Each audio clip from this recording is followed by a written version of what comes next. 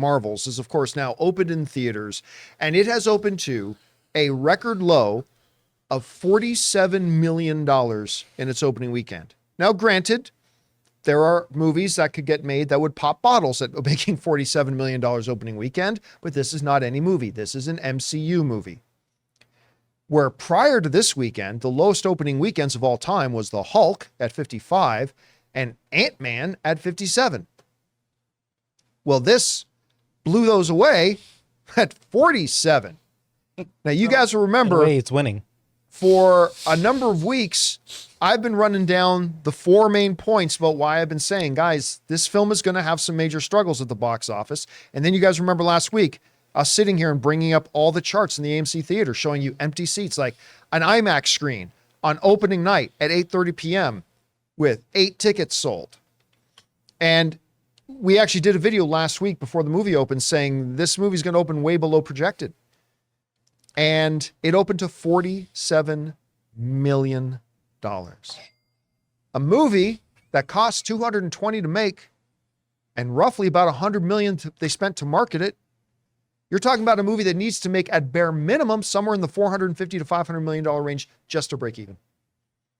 I'm going to make a wild prediction here. It ain't going to break even. This is going to be another money loser. And by the way, I'm not hating on it. I'm not hating on it. I did not love this movie, but I appreciated it. Rob and I were talking beforehand. I said, look, with all these problems that I had with the movie is barely saved for me by the chemistry of the main characters, Iman Vellani as Ms. Marvel, and some good comedy. I know comedy's been a sore point for the MCU movie, but there's some good comedy in this one. There is. So that was enough to save the movie for me. So I liked it, but at $47 million. Now, many of you have heard these 4 points because we've been harping on these 4 points for the last 3 months, it feels like. But I want to go over 4 main contributors about why we should not be shocked at how low the opening weekend of this movie was. Let's take a look at these. First off is the state of the MCU. We've talked about this a million times, and we've talked about it in relation to the Marvels. Every time you put out a movie in your franchise and it's awesome, you build hype for the next one.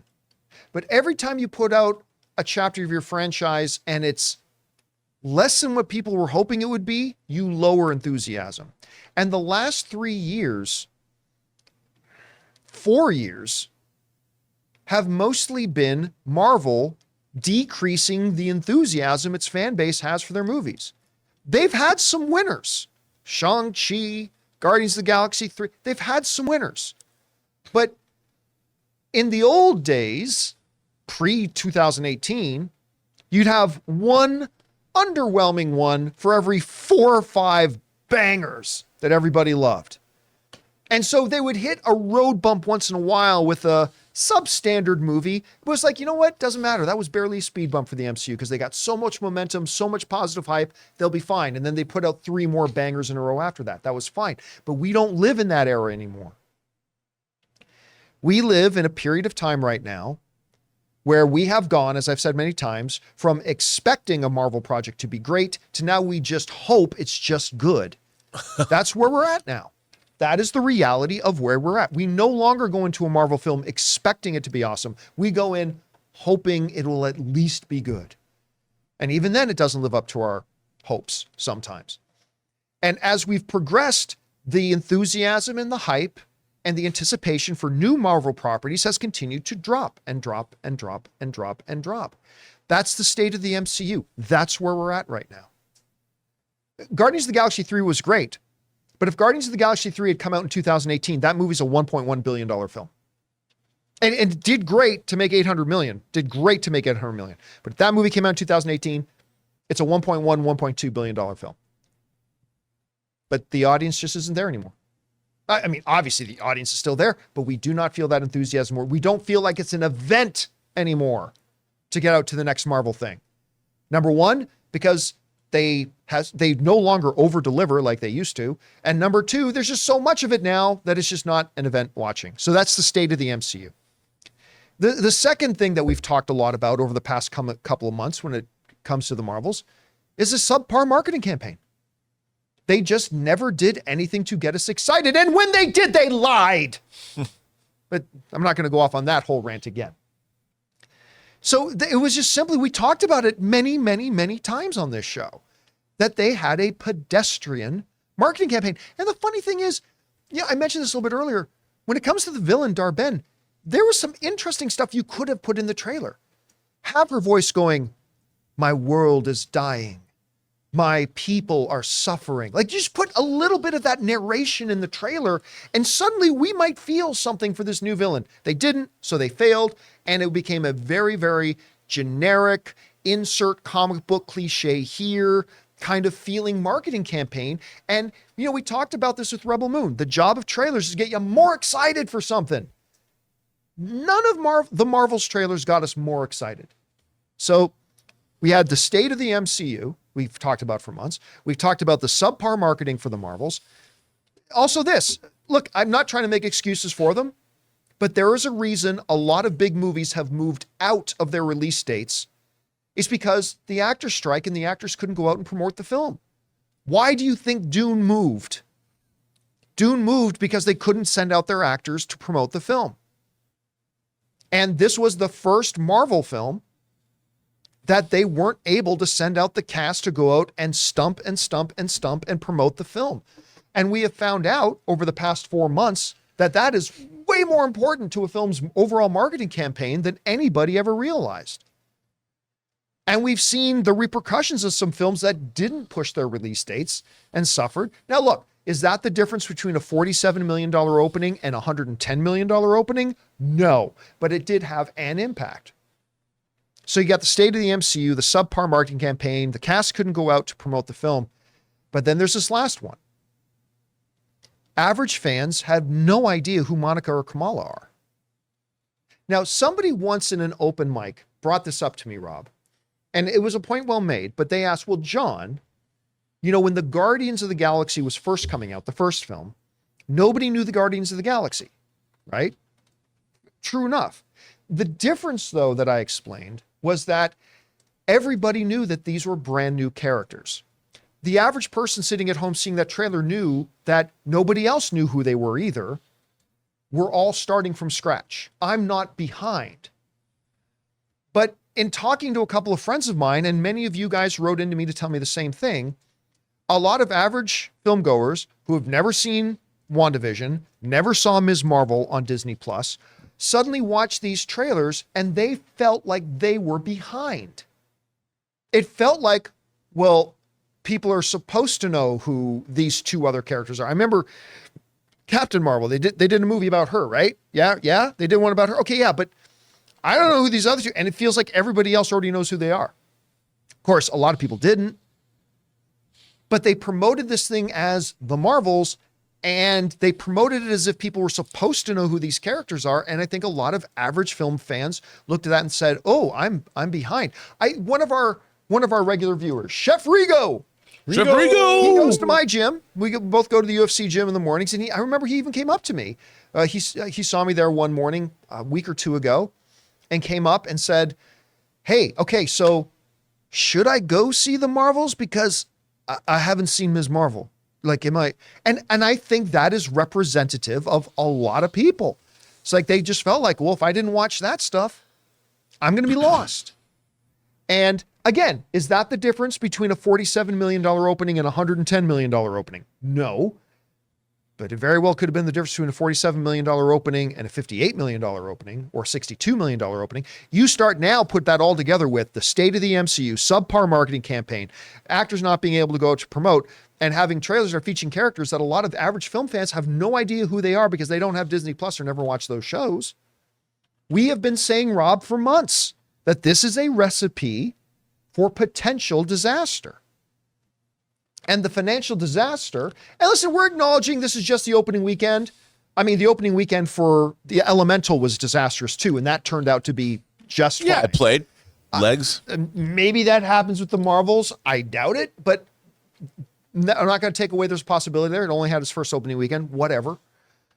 But Rob, if they had done any of this right, if they had had a strong MCU going into this movie, if they had had a strong marketing campaign, if they had done more or marketed this film differently so people didn't feel like they needed to know who these other characters are going into it, if they could have had the actors and the stars going out promoting it, I don't think we're looking at Captain Marvel opening numbers, but I think we're looking at better opening numbers. At any rate, Rob, we saw this is now the lowest opening MCU film they've ever made. Guys, we want to take a second to thank a sponsor of this video, HelloFresh. With HelloFresh, you get farm-fresh, pre-portioned ingredients and seasonal recipes delivered right to your doorstep. Skip trips to the grocery store and count on HelloFresh to make home cooking easy, fun, and affordable. And that's why it's America's #1 meal kit. Guys, the holidays are right around the corner, and HelloFresh can help take the stress out of dinner by delivering everything you need to cook up tasty meals right to your door, saving you tons of time. We all know the holidays can be hectic, and that's where HelloFresh's 15-minute meals come in. These quick fixes help you get a wholesome meal on the table in less time than it takes to get delivery. I've told you guys many times before that Ann and I, being working professionals, often would struggle when it comes to dinner time, having time to put something that tastes good and is healthy for us in front of us. Well, HelloFresh, with their great delivery, pre-portioned ingredients, easy to follow instructions, has made dinner time a fun time. So go to HelloFresh.com/CampeaFree and use the code CampeaFree for breakfast for life. One breakfast item per box while subscription is active. That's free breakfast for life at HelloFresh.com/CampeaFree with the code CampeaFree. Yeah. What's your take on that and some of the circumstances I talked about? Well, first of all, Guardians of the Galaxy is a different. When you watch that trailer, even though you don't know, and John, we don't know who the characters are in any movie. The movie tells us the story and introduces those characters to us. But the Guardians of the Galaxy trailer was really funny. And it was really interesting. They're a bunch of a-holes. And, you had Star-Lord. The whole crank of the middle finger. And you're looking at Rocket and all that stuff. So immediately, it doesn't matter if you know these characters or not. That trailer sets a tone. Yeah. That's snarky and somewhat adult. Even the posters were like, Marvel presents the Guardians of the Galaxy, you're welcome. Right. We're just like, who? Yeah. I mean, and there was a tone of it in there that was really fun, that I think people want to see. And now they use the trailers to also introduce us to those characters. 100%. I think the real problem with this movie is they're showing these three characters, these three heroes, and Monica Rambeau, by the way, is my Captain Marvel. Growing up reading Avengers comics in the 80s, she was Captain Marvel, and I always loved her. But anyway, that said, when you're watching this, I'm like, why am I supposed to care about the story that's being told?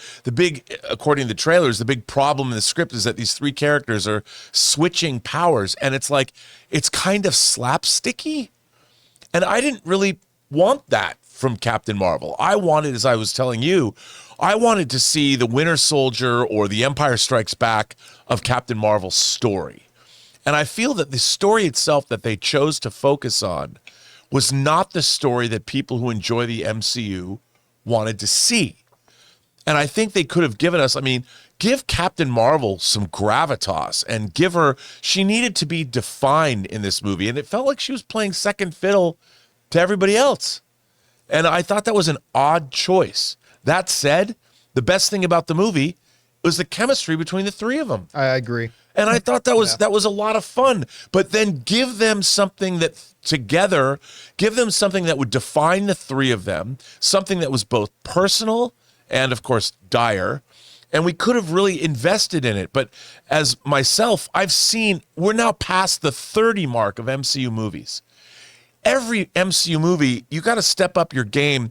It doesn't necessarily have to be apocalyptic, but it has to be a story that your longtime, well-deserved audience deserves. And I feel like we're not seeing that anymore. You've got to give us post-Endgame stories that mean something. By the way, I want to address something here quick before I get. One of our live viewers, Neo Swift, is saying, you're wrong. People hadn't seen the movie yet. So who are you referring to when you say that the fans wanted a different story? I think, good catch on there, Jonathan. I think, though, Neo, what Rob is saying and what I'm saying is that the trailers told us that this movie is about these three heroes who switch places when they use powers. And that's not even really what the movie's about, but they told us that was the movie was about, and it was about Thanos. That's what they told us. So when we're saying that, it wasn't the movie that I think a lot of people were looking for. Again, that's a failure of the marketing. We're not saying that wasn't the movie they were looking for that they watched, but they presented a movie that probably didn't look interesting. You're exactly right. And also, John, I love building the team. You know, having characters come together and learning to work together. I've always loved that. I think that's a trope in storytelling that done well can really, really work. And putting these three women together in a story, that idea is appealing to me. I'm like, I'll watch that, but now give me a great story that's worthy. I felt, like you said, the villain wasn't that compelling. They didn't do enough of a job of developing her story. You had a great fix on that when we were talking about that before the show. And we're talking about a series of movies that have given us Winter Soldier, that have given us No Way Home, where you have three Spider-Men having to team up. There's been these films have been so satisfying, and this film felt like an afterthought. Right? I just want to say that I enjoyed the Marvels, but you guys are right with your points. I mean, like, I don't know. But how much did you say the budget was? $220 million. Okay, well, I'm moving on to the next, and the next is Godzilla -1. Guess how much that budget is? $300 million. 15 million. No. Can't be. So if if that movie looks like that for 15 million, Marvel, you need to start restructuring your stuff so you can keep the costs down a little bit. Well, interestingly too, I'm like looking at just Box Office Mojo. So the opening for this falls between Shazam 2 on the low end and The Flash on the high end, and this is in the middle of those two. So we're in DCEU openings now. Yeah. That's where we've come to. Quantum Mania opened to 106 million. So Yep. Guardians of the Galaxy opened to 100 and I want to say 18 or something like that. Again, it was the third final Guardians of the Galaxy. I get that. I understand all that. But yeah, I mean, it's just, there was a lot of stuff here that a lot of mistakes were made in the build up to this movie. And again, I'm not hating on the movie. In general, in a thumbs up or thumbs down movie, I appreciated this movie. I even liked it a little bit more the second time I saw it. Do you think this movie is the point where people could point out this is the movie that lost everybody or something? Do you think this is the movie, or was there a movie before where you saw this? I think Ant-Man and the Wasp: Quantumania was where we started hearing some people going, okay, I might be done this now. But Secret Invasion, I think that happened a little bit with She-Hulk. I think it happened a little bit with Secret Invasion. And I think, I think this movie is better than She-Hulk, better than Secret Invasion, better than Ant-Man and the Wasp: Quantumania. But it's still down on the lower rung of the overall MCU films. But didn't Guardians come out after Ant-Man? Guardians came out after Ant-Man. Yeah, so they're like playing a little tug of war game with. Yeah, and that's what's been going on for the last 3.5 years. Is like they'll put a couple of crappy things, then something will come out and remind us, hey, remember, the MCU can be really good. And then a couple of more subpar things. Someone in the chat, like at the beginning of the show, was saying like, they mentioned like a movie, the MCU's dead, and then something else comes out, the MCU's back, and then something else comes out, the MCU's dead, and it's like that really was doing that. Just bring Shang-Chi back, man. Just Luckily, bring him back already. I mean, they do have the banger of all bangers coming out next. Their next Downtown, film, their next film is the only MCU film coming out now in 2024. There's only one MCU film coming out in 2024. Downpool. Downpool. Deadpool. Downpool. Downtown pool. Deadpool 3 is coming, which I am now, one of our viewers sent us in, and I now believe it should be called Deadpool Threesome. Deadpool 3 what? You know what? Yeah. You know what? Threesome. I don't think that's out of Pay the that realm of man. possibility. A woman who But who's said the it. third? It's not Taylor Swift. So who's the third? I mean, that would who be the third $3 is. billion, baby. If it was. My goodness. Anyway, guys. My goodness. This is I going somewhere. think it's safe to say, I don't think anybody thinks that Deadpool 3 is in any danger of breaking the Marvel's record for the lowest opening weekend. I mean, I still think Deadpool 3 is going to be $1 billion film. I'm going to call it right. I think Deadpool 3 is going to be if it's $1 billion. great. Well, now they can focus this entire like lead up to Even one if it's film. not great, I think it's going to make $700 million. I'm looking forward to whatever Deadpool 3 is called, if only for the marketing campaign. Yeah. I can't wait. I mean, I don't know what it's going to be, but I just know it's going to be wildly. I mean, I hope Disney doesn't tamp it down. I hope they're allowed to do what they did for Deadpool 1 and 2 because, man, that's going to be fun to watch. Hey guys, thanks so much for watching this video. Make sure you like the video, leave a comment, and subscribe to our channel. And don't forget, we have a daily podcast called the John Campea Show podcast, available on Apple Podcasts, Spotify, or your favorite podcasting app of choice. Go and subscribe to it today so it'll be there when you need it.